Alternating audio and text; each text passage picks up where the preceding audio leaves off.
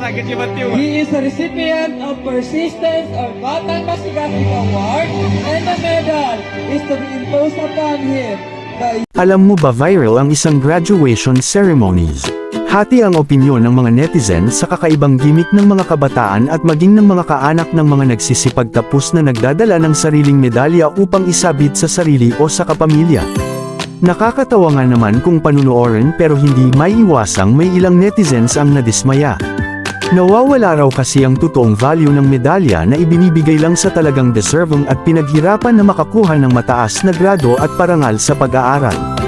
Maituturing din daw itong isang uri ng pambabastos sa seremonya ng pagtatapos. Mayroon din namang nagtatanggol at sinasabing huwag namang maging OA at KJ. Katuwaan lang naman daw ito at lahat naman umano ay karapat-dapat makatanggap ng award dahil nakapagtapos. Huwag na raw sanang palakihin ang simpleng pagbibigay ng kaligayahan sa sarili o kamag-anak na nagtapos. Ikaw, ano ang opinyon mo patungkol nito?